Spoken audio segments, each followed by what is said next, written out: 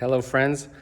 I'm sure most of you are used to seeing me standing right up here, but this is a very difficult time for our shul, for our community, for everyone all around. So I just wanted to say a couple of words before Shabbos, before we have probably one of the most interesting Shabboses of our lives, but I think one that we can do a lot of great things and really take advantage of this time that we have. First of all, enjoy the time with your families. And, it's a good time to unplug, not to watch news, not to listen to any updates, and just to enjoy the spirit of Shabbos. Enjoy the time with your family. And I know that we're not spending time with other people. We are discouraging any sort of social visits, large groups, private services, even people going to Shiva Kol, certainly going to Simchas and play dates and things like that. And as challenging as that is, it's a necessary thing, and I'm very confident in the decision that we and the leadership and Jeff and Mike made together with us and with our leaders in our entire community. Most of the shuls in the surrounding area have closed, and it's coming in. I'm hearing the shuls in Westchester, shuls in California, and just now I just read that most of the shuls in the 5 towns, which is a lot of shuls, even more than Teaneck, have been closed down because we have to really get ahead of this. And Safek Pikuach Nefesh, which means even if there's a possibility of saving a life, this is what we do. It still doesn't take away from the sadness and the fact that for those of us that shul is such a big part of your life, of your communal life, of your social life, and I have a special pain that I'm feeling for those that need to say Kaddish and the sense of belonging that is required that they don't have. I really feel for you.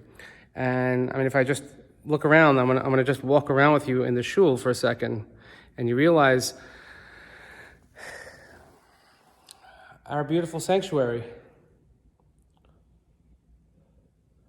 which is empty. It's very sad, because normally on a Friday, I'd be making sure that we're getting the Siddurim ready and the Talis is ready, and making sure that the Torahs are in the right place where they're supposed to be, and making sure that the Kiddush is set. And when we open up here and we look and we see an empty Kiddush room, and we walk through and we see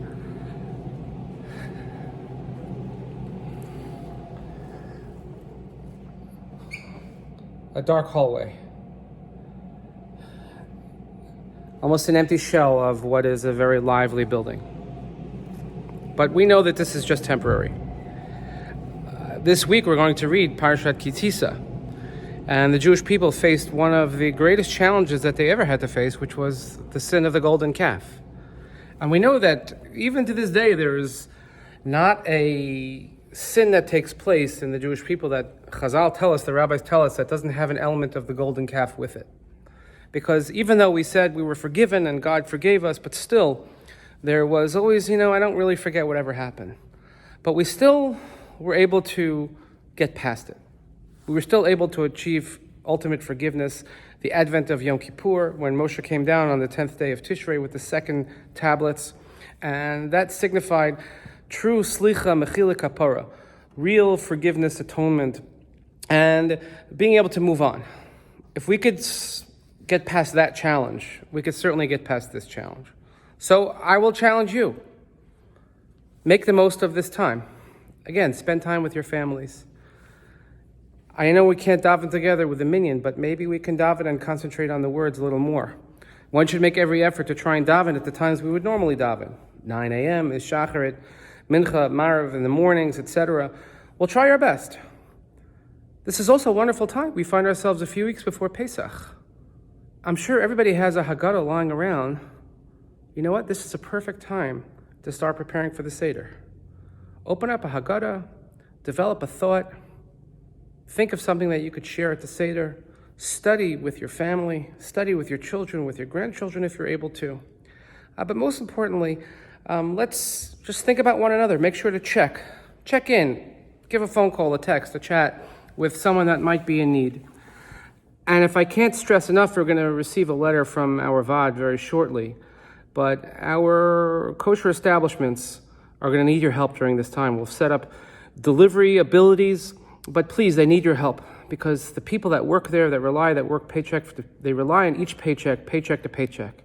And the businesses rely on our patronage. And if we're going to be at home, we have the ability to order and to support, and the pizza store and the Chinese and the bakery and all of the institutions and establishments that we have to the best of our ability.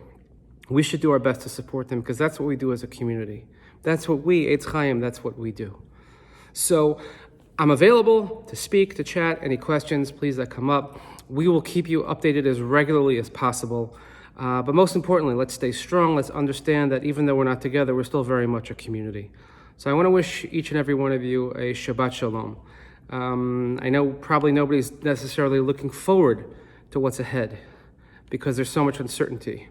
But that doesn't mean that we cannot capitalize, that we cannot make the most of having a meaningful Shabbos, of having a time together, a time of unity, even though we're not actually together, because we really always are together. So again, from my family to yours, I wish you Shabbat Shalom, and I hope that everybody does well. We should stay healthy. We're taking these precautions to be careful, to be wise, to be sensible, to follow what everybody else is doing, and hopefully we can move past this really unusual, unprecedented time in our lives. And one day we'll look back on this and realize that this only made us stronger. So again, Shabbat Shalom, and we will be in touch.